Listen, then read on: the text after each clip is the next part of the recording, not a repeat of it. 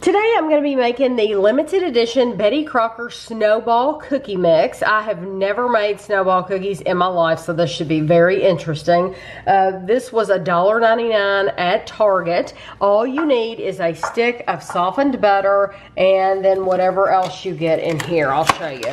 You're going to preheat your oven to 400 degrees.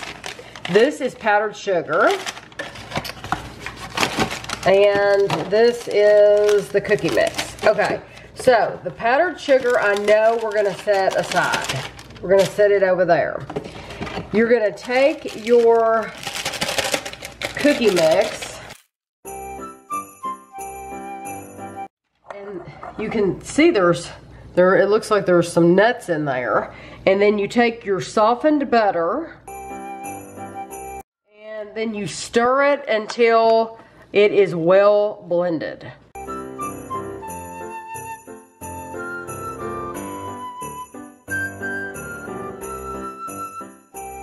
Okay, it's all well incorporated, and Kevin sprayed some vegetable oil on my hands because it shows on the box you are going to shape these cookies with your hands. You're going to shape them into balls that are about 1 tablespoon each.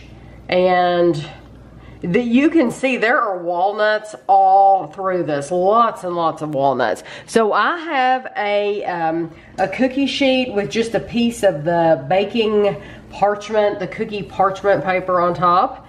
And so I'm really just guessing at a tablespoon. These are probably too big. My tablespoons and their tablespoons are probably completely different. So we'll see how many balls I get out of these. But right now, you don't work with the powdered sugar at all. You just leave that to the side. I'm trying to stay in the frame here. Sorry, mix 12. Oh, it says 15. Oh, it says serving size is 12 in a box on the side. So. Okay, well, it says shape dough into 15 balls. Well, there you go.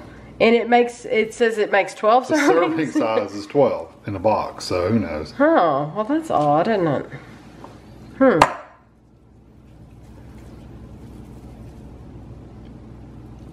It's probably a little big. So, once I get this cookie sheet full, I am going to bake these for, it says 9 to 11 minutes. I'm going to bake them for 10 minutes.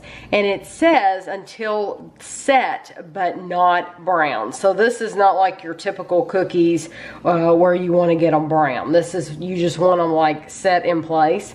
And so I'll probably bake them for 10 minutes. And then you let them cool for about 3 minutes. So I'm almost finished here. You might as well stay and watch me make the last ones, and then we'll count how many we got. I'm gonna half this. Like 10 cookies. Oh, so I made mine too big. Okay, well, if there's 12 servings, I got 10, so I made mine too big, but that doesn't surprise me. But you know what? This is probably how you're going to be doing it at your house, so you'll probably get 10 cookies out of it too. So now I'm going to clean my hands off and get these in the oven for 10 minutes, and we'll be back. So this is how the cookies look right when they come out. You have to let them sit here for 3 minutes, and you can go ahead and open your powdered sugar and have another bowl and just pour that in there so that when the 3 minutes is up, you're ready to go. It's been 3 minutes, so what I'm gonna do is you have to basically roll these twice. You have to pick it up and you have to roll it really well. The whole cookie, and I tried to break this powdered sugar up a little bit. Oop, I shouldn't have done that. I was a little bit, I was too aggressive with it. You know what? I'm learning. I said this was my first time. I was too aggressive with it. I'll be gentler. Okay, so don't push on the cookie.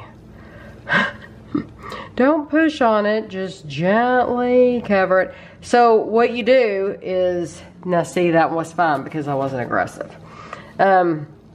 You cover it and then you let these cool completely, and then you're going to put them in the powdered sugar again. So these are going to be loaded down with powdered sugar, but they'll be nice.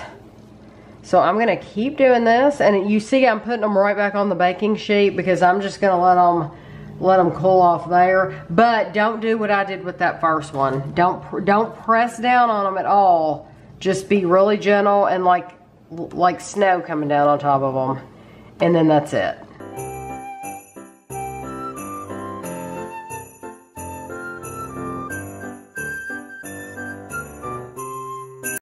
They've cooled off completely, so now you want to do one final dusting of the powdered sugar. So, and you can see that from the heat from the first time that you lost some of that powdered sugar on there. So I'm gonna do the exact same thing that I did before. And see they have a lot more on them. But I'm gonna do the same thing to all 10.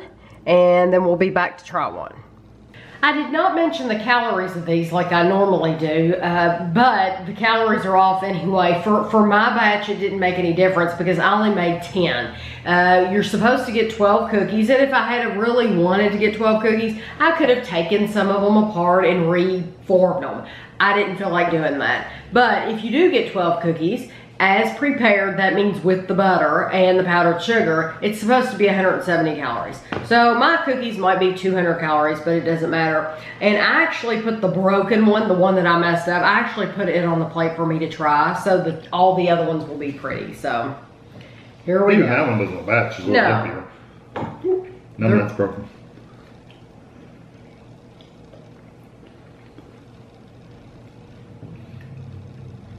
Wow, sugar overload.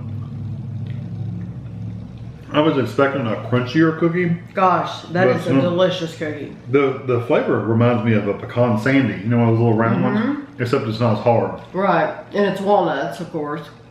That's what the flavor reminds me of. That cookie flavor reminds me of those sandies. Right. But I didn't really get a walnut flavor. I wonder if all snowball cookies have walnuts. I don't know. Because I didn't know, I didn't expect the walnuts, and then so when I poured the mix into the bowl, I was surprised. Oh, there's nuts in there. I'm just thinking for people like Andrew who can't have walnuts, if he had just picked this up off the shelf, you don't see nuts in the cookie, and it doesn't say that it contains walnuts. Like, I guess if you're allergic to something, you're gonna look. But then, I don't know, that was a surprise for me. It's got a warning, it says contains wheat and walnut.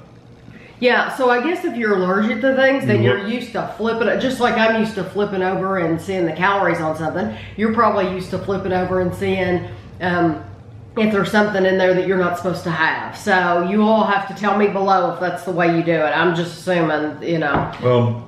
That's a really good cookie. It's an awesome cookie. It's a little dry for me, now that eating a whole one. It's a little dry, but it's not bad. It's still a good, solid cookie, but it's just a little, it dries your mouth out. A little milk with it. But they're really good. And you can really taste those walnuts too when you actually take a bite. Yes. The first little bit that fell off, I didn't get any walnuts, but the next bite I took was full of walnuts.